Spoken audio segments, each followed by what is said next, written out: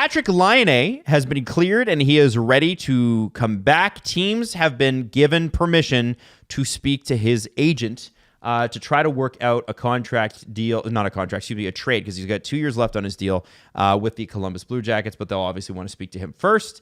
It feels like he'll start the year with Columbus, doesn't it, at this point? Well, I mean, what we're seeing by the complete lack of signings and the fact that any signings we are seeing are either under $1 million or not an NHL contract, it just feels impossible for a team to acquire this player without sending something large back in terms of salary. I've seen some Habs fans getting all hot and bothered about the idea of like Laine for Josh Anderson.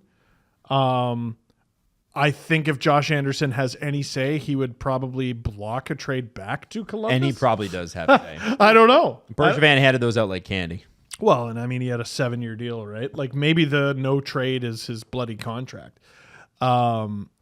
It's difficult to see a team having the wiggle room to include a guy like Laine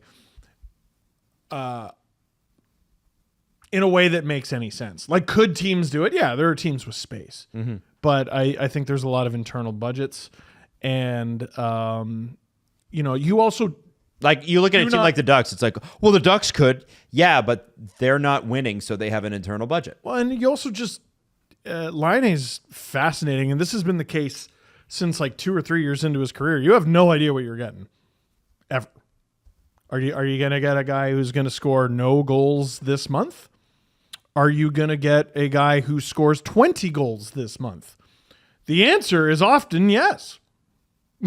Like he's one of the streakiest players going, where his shot is just a touch of God or completely useless. It might be best for him with a new coach and a new outlook from the top down in Columbus.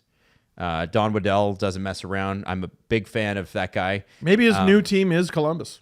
That's what I was going to say. Yeah. Put him with Johnny Hockey. Mm-hmm. Put a capable center in between the two of them, and make something happen. Stop screwing around with this Laine at center. Oh no, Laine is not going to be a center. No, he's not a center. I know. Put Ken Johnson in there. Call it a day. Another headline has to do with the Coyotes. But it's good. Oh. Are you ready? Now, one of the things that we've talked about on this show plenty of times is the Suns have a great owner. Mm-hmm. Matt Ishbia, who took over from the last guy who created a brutal working culture there, and it was so bad that the NBA owners forced him out. Mm-hmm. Matt Ishbia took over. He sent out... You could sign up for an antenna so you could get local Suns games to your house. This guy is intent on building sports in Arizona. And here's what he said in the Phoenix Mercury. Sorry, not in the Phoenix Mercury. That's the team. That's the WNBA team. what is the? I can't remember the publication. The Gazette. The Gazette. I Phoenix Suns and the WNBA Phoenix Mercury. As soon as I said that, I was like, oh, okay. And he also talked to Sportico. That's where this one comes from. He said he would be interested in bringing an NHL team back to Arizona. He said, I'm definitely going to be a part of the community. And if I can help bring hockey back, I'll look at that. It's definitely something I'm interested in. It's a 4-sport town. I'm disappointed we don't have a hockey team, but I understand what happened, and we're going to try to fix that one day. And what's interesting about that quote is that if you'd asked him 2 years ago, he said, not interested, not getting involved. It was the owner. I think it was always the owner. And here we go. Now they can begin to heal. I think... I wouldn't be surprised if the next 2 expansions are Phoenix and Atlanta. Mm-hmm. Atlanta seems to be the closest. They got 2 or 3 groups that are involved there. You get Phoenix, Atlanta, and you got to do Houston at some point too. Yeah, they already got like the rink and everything. Yeah, right? Where the Rockets play. I assume that could be converted. I don't know if there's ice in it yet, but the arena's there. You know, it's such a big market. You have to get. Yeah, you got to get Texas. I feel horrible for Coyotes fans, but like, I guess starting from complete scratch is just what they had to do. Yeah, I like this. I think this guy's the guy. And he also, listen, Matt Ishby's not stupid. If he owns the Coyotes, the NBA and the WNBA teams, you become pretty successful. The mayor? Well, yeah. I mean, you look at the power that MLSE has in Toronto. Like all sponsorships and everything flows through them. It's why mega corporations like Rogers and Bell bought it. There's so much money and so much cachet with owning that. This guy is setting himself up. Hey. And I bet the NHL's already on his doorstep going, let's do this. Let's work out the fee and let's make it happen. Do you live in the greater Phoenix area? Are you looking to have a night out? Give me money. Like that's basically 100%. odds are you have to give him money. Yeah. Unless you're going to a club, and he might own that too. I don't know. He made his money somehow. Wasn't in pro sports. I don't know. So, yeah. Anyway. Mortgages, I believe. What is it? Mortgage? Mortgages. Oh, yeah. there you go. He owns your house. Yeah. No. He owns the mortgage on your house. Oh, He just makes money on your payments. It's easy. poors own houses. Riches own mortgages. That's right. Got it. That's right. That's right. It's like you don't buy the Tesla, you buy the Tesla stock. Right? Yeah. That's the old adage. Oh. That's that. Or you used to. Now you No, don't buy the Tesla I stock. don't think you do that You don't anymore. buy the Tesla stock. Now it's Nvidia. It's not going well. Nvidia? yeah, aren't they the number one stock in Oh, last year or something? Yes, like they that? are. Yeah. Yeah. I don't know what they do, I don't but know I've who seen they it on TikTok. It's computers. Okay, Chips that's good for them. and GPUs. Lastly, Dean Evison, again, who has laser eyes just like Bill Zito. The Columbus Blue Jackets open their season against producer Hayden's Minnesota Wild. Fun. Dean Evison finally came out and was honest and said what everybody already knew, which is he said, when ex-coaches go in and say this game means nothing to me, that's such bull. Yeah, he said bull. Because it means something. Yeah. So look for the Columbus Blue Jackets to get fired up this year. I just loved that a lot and was really happy he said that. Me too. All of a sudden made me fired up for Minnesota Columbus, which I haven't been since expansion. For both of them in the It's same Andrew sentence? Burnett played for both teams. Yeah. Like, no. Like them separately, sure. Yeah. Together at the same time, no. Marty St. Louis also jumped into the headlines this past week, and he said he was talking about how Steven Stamkos, what leaving Tampa was like and signing in Nashville. And he said he's going to look back on his career, and I think he's going to be happy that he experienced something else. That is really interesting because you never hear that. You always hear the cautionary tale. Grass isn't always greener. But in this case, Steven liked the grass that he had. The grass just didn't like him back. This isn't a case of like, I got a year or two left. This is a player who has an abundance of hockey left. He's got game. Yeah, and it's interesting because both he and St. Louis left Tampa at similar spots in their career.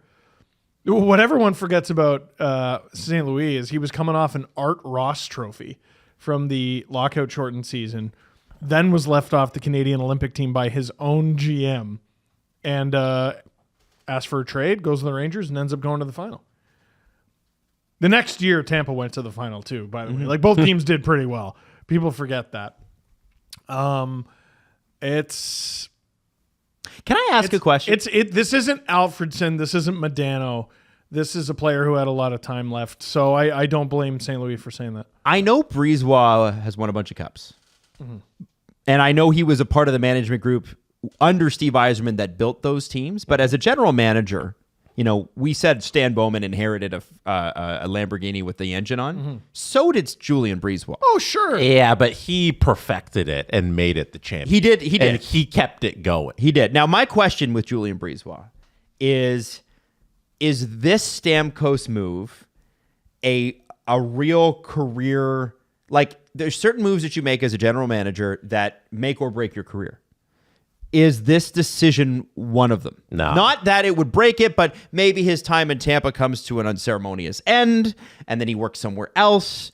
Or is this just a move along the way? You look at the 3 trips to the Cup final, the 2 rings that he has, and he probably just sticks them up and he shows you them in the camera, and he says, look at that. That's my legacy right there, and I'm trying to extend that by this move with Stamkos, and I'm being heartless here because I think I can get maybe another cup, a couple more cups. So I think Brisebois' legacy is kind of cemented with that, and that we give him the credit for building this team and making it what it is, and that this is just a casualty of his hard-nosed GMing. I don't know if you guys disagree. You know what? I think that this story goes away as soon as the puck drops. Does that make sense? Like, I am going to be following Steven Stamkos all the way through Nashville. When Nashville and Tampa play, that'll be interesting or whatever. People are going to be, if Nashville's hot and Tampa's stupid or terrible, everyone's going to be calling him stupid. I think you have to go more than that. If Stamkos is scoring and Tampa's not. Right. Also fair. And like, what because does Nashville we Gensel know is do? a good team. What's You know, like, what's Gensel going to do in Tampa? You know, if he doesn't show up, then you're like, Stamkos probably should have still been there, because we forget. Like, see, remember when he signed in Nashville, and I was like, Stamkos scored 40 goals and had 41 assists, and you were like, what? You know, we forgot that Stamkos had an amazing last season. Phil Kessel and Tyler Seguin were compared to each other forever because of that Leafs-Bruins trade. This wasn't a trade, but a little bit. They made the swap. That's It's the a reason swap. they don't want Stamkos anymore, because they got Gensel. Yep. You're absolutely right. Younger, cost Stamkos and control. Gensel are absolutely going to be compared. They're linked forever now. Yeah. Yeah. Oh, Adam, I think that's going to be microanalyzed. Yeah. 100%. Okay. Well, this will be fun then. Oh, yeah. I like it. Okay. Should we do a quick press conference? Sure. All right, let's do it. The Presser. SDP. The Steve Dangle Press Conference. I have for you Nepo Baby talk. Oh, yeah. Let's go. Because I did some digging, and one team that really stands out to me with the amount of Nepo babies, and maybe we got a line out of it last season, is the Chicago Blackhawks. Now, they just signed Tyler Bertuzzi, so he doesn't count, but this I know upcoming one. season, I know one. This upcoming season, Tyler Bertuzzi will add to the Nepo Baby tally of the Blackhawks. Let's go through the other members of the Blackhawks who are currently Nepo babies. Okay. We'll start with Philip Kurashev, who is the son of former Russian hockey player Konstantin Kurashev, who played in the KHL. I didn't play in the NHL. You're not counting it. Nope. All right. Played pro, but he didn't play NHL. Let's move over to Mr. Nick Foligno. Yes, that was the one I was is- worried about. Right. The son of Mike Foligno, who Yes. played a long time for the Buffalo Sabres. Okay. So we have a Nepo baby there. Toronto Maple Leafs. Do you count this one? Okay. Connor Bedard, little known Nepo baby. What? Connor Bedard's great uncle, James Bedard, played 22 games for the Blackhawks. No way. Between 1949 and 1951. I had never heard that James in my life. Bedard. How That's a come no fun one's done a fact. story on James Bedard? James Bedard played his great uncle. That's cool. If somebody comes out with a story about James Bedard, by the way, I know you're a listener of this show. Because sometimes yeah. we do things, I'm like, I feel like that wasn't brought up, and then so-and-so's doing a story on it. Jimmy Beds. James Bedard. So Never heard of that. Connor Bedard. Basically, if you go through every NHL player, there's some sort of athlete in their family, you know. But Genghis Khan. next up, we'll go to Lucas Reichel, whose father is Martin Reichel, who played in the Czech League. Oh, I thought you were going to say Robert Reichel. Robert Reichel. Lucas Reichel's the nephew of Robert Reichel. So there's two connections there in Nepo Baby land of the Reichel. See, I think that's better than Kurashev because at least Robert played, right? If we're going to count Tyler, or we're not going to count Tyler. No, we can count that. So there you go with the forward group of the Blackhawks who have some sort of Nepo baby connection. I didn't do the defense, but the forward group, there you go. That's good, man. Yeah. That's some good. So That's a good digging. I don't know Jesse. if there's a combination of like a Reichel, Bedard, Kurashev line that played last season, but that would have counted as a like all hockey player Nepo baby line. Yeah. If that was a line, maybe. Did Bertuzzi? Oh yeah, we already talked about Bertuzzi with Domi and Nylander. Yeah. Interesting. Wow.